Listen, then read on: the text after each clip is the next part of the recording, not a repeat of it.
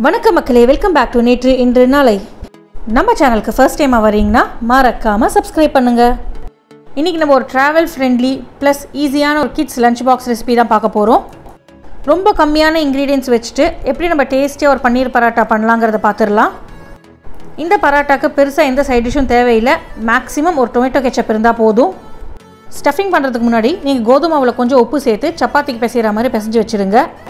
அடுத்ததாக நம்ம stuffing ready பண்ணிடலாம். அதுக்கு ஒரு கடாயில் 2-3 டேபிள் ஸ்பூன் எண்ணெய் சேர்த்துக்கோங்க. எண்ணெய் சூடானதுக்கப்புறம் 1 கப் பொடிப்பொடியாக நறுக்கின வெங்காயத்தை சேர்த்துக்கோங்க. வெங்காயம் நல்லா வதங்கட்டும். வெங்காயம் குயிக்காக குக் ஆகிறதுக்காக இதுக்கு தேவையான அளவுக்கு உப்பு சேர்த்துக்கலாம். நம்ம ஏற்கனவே மாவில் உப்பு சேர்த்துருக்கோம், அதனால் ஸ்டஃபிங்கில் பார்த்துட்டு உப்பு சேர்த்துக்கோங்க. வெங்காயம் நல்லா வதங்கினதுக்கப்புறம் ஒரு 1/2 டீஸ்பூன் சிவப்பு மிளகாய் பொடி சேர்த்துக்கலாம். நீங்கள் நல்லா காரம் சாப்பிடுவீங்கன்னா மிளகாய் பொடியை கொஞ்சம் கூட சேர்த்துக்கோங்க. அடுத்ததாக வாசனைக்கு 1 டேபிள் ஸ்பூன் அளவுக்கு ஜீரக பொடி, ஒரு 1/2 டீஸ்பூன் அளவுக்கு கரம் மசாலா, அதுக்கப்புறம் 1 டேபிள் ஸ்பூன் அளவுக்கு மாங்காய் பொடி, அதாவது ஆம்ச்சூர் பவுடர்னு சொல்லுவோம் இல்லையா, அதை சேர்த்துக்கலாம். பொடிகள் சேர்த்தோடனே அடி பிடிச்சிடும், அதனால் ஃப்ளேமை லோ பண்ணிவிட்டு அப்படியே சாட்டே பண்ணிகிட்டே இருங்க. பொடிகளோட பச்சை வாசனை போனதுக்கப்புறம் ஒரு 200 கிராம் பன்னீரை நல்லா குட்டி குட்டி சங்க்ஸாக, அதாவது பொடி பொடியாக சாப் பண்ணி இந்த வெங்காயத்துக்கூடையே சேர்த்து ஒரு நல்லா மிக்ஸ் கொடுத்துருங்க. பன்னீர் சேர்த்த உடனே ஒரு தடவை நல்லா கலந்து விட்டுட்டு அடுப்பை ஆஃப் பண்ணிவிட்டு ஒரு கைப்பிடி அளவுக்கு கொத்தமல்லி இலைகளை நல்லா பொடி பொடியாக சாப் பண்ணி சேர்த்துக்கலாம். இந்த ஸ்டஃபிங் நல்லா ஆறுனதுக்கப்புறம் தான் நம்ம சப்பாத்திக்குள்ளே வைக்க முடியும், அதனால நல்லா ஆற விட்டுடுங்க. நீங்கள் ஸ்டஃபிங் பண்ணுறதுக்குள்ளே நம்ம மாவு ஊறி இருக்கும்.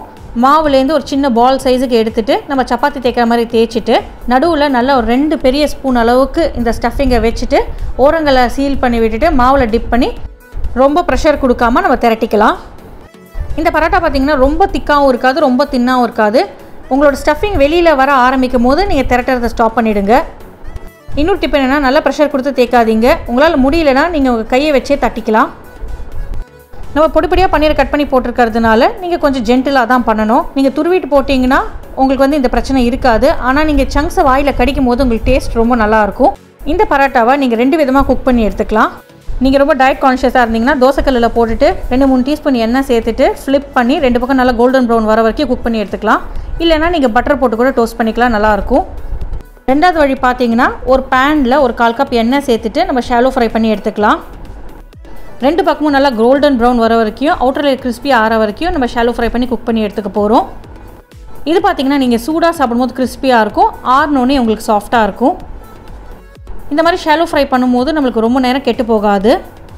ஸோ நீங்கள் ட்ராவலுக்கு எடுத்துகிட்டு போகிறீங்கன்னா இந்த மாதிரி ஷாலோ ஃப்ரை பண்ணிக்கோங்க. சூடாக ஒரு டொமேட்டோ சாஸ் கூட சாப்பிட்டிங்கன்னா ரொம்ப நல்லாயிருக்கும். இந்த ரெசிபியை கண்டிப்பாக உங்கள் வீட்டில் ட்ரை பண்ணி பாருங்கள். ரொம்ப சிம்பிள், ஆனால் ரொம்ப டேஸ்டியாக இருக்கும்.